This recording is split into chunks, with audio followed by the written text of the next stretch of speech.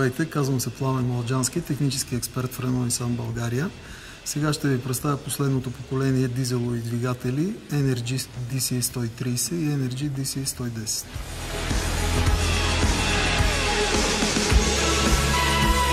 Дизеловият двигател Energy DC130 е един изключително мощен, еластичен, тих, икономичен и екологичен двигател, който доставя голямо удоволствие при шофирането, благодарение на изключително големия въртящ момент от порядъка на 320 Нм, но достъпни още при 1750 оборота.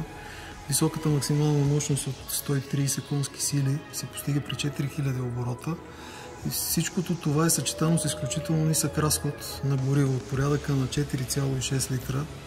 Това е двигателя, който трасира пътя на новите технологии, новите тенденции в конструирането на двигатели с вътрешно горене на бензиновите и дизеловите.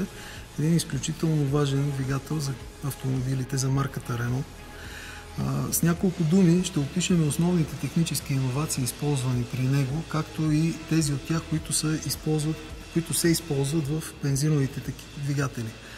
Първата, най-голяма новост, която на практика прави премиера в средния и малкия клас, това е използването на нискотемпературния EGR.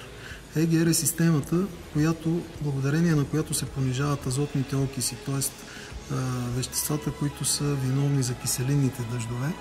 И това е система, която благодарение на регенерирането на част от изгорелите газове подобрява, оптимизира работата на двигателя и го прави изключително екологичен, без това да е в ущърб на неговите динамични характеристики.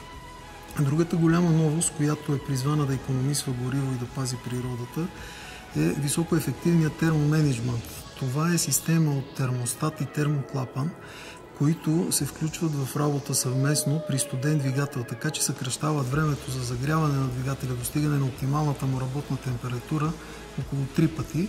Система, която по този начин изпестява гориво и изключително много влияе благоприятно върху дълговечността, върху дългия живот на двигателя, тъй като знаем, че когато един двигател работи на студено, той се износва много по-бързо.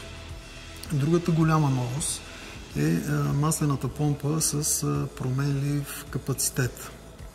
Това е иновация, която отново намира приложение за пръв път в марката Renault, а именно тя позволява да се оптимизират загубите за задвижване на маслената помпа, така че да не се хаби излишна енергия, респективно излишно гориво, не замърсяваме излишно атмосферата за задвижване на помпата и за компресиране на маслото, когато това не е необходимо. Тя позволява поддържане на константно налягане в мазителната система от празни обороти до обороти на максимална мощност, т.е. в интервала между 800 и 4500 оборота. Тази система позволява поддържане на 2 бара налягане в мазителната система.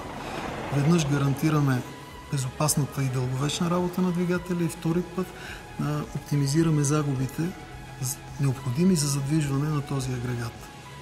Друга голяма новост, насочена основно към екологията, това са така наречените вихрови клапи. Система от клапи в смукателните колектори, която завихря въздуха, придава му спираловидно движение и това движение може да бъде разтегната спирала или по-ситно навита спирала, ако може така да се нарече, като по този начин се оптимизира, увеличавайки скоростта на въздуха, ние оптимизираме смесването на въздуха и горивото и по този начин осигуряваме изключително ефективно изгаряне, което ни позволява с по-малко гориво да постигнем същата мощност, дори и по-висока, и в същото време отделяме много по-малко твърди частици в атмосферата. Нещо, което всички знаем, че е един от основните проблеми на дизеловите двигатели.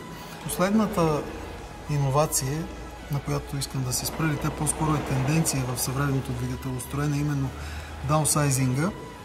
В този двигател работният обем е намален до 1,6 литра при запазване на характеристиките на стария 1,9 литров дизел DCI 130. Благодарение на всичките тези технологии имаме редуциране на разхода на гориво с около литър в сравнение с предшественика му и намаляване с 25% на вредните емисии, отделяни в атмосферата. Като в същото време запазваме отличните динамични характеристики на автомобилите Renault.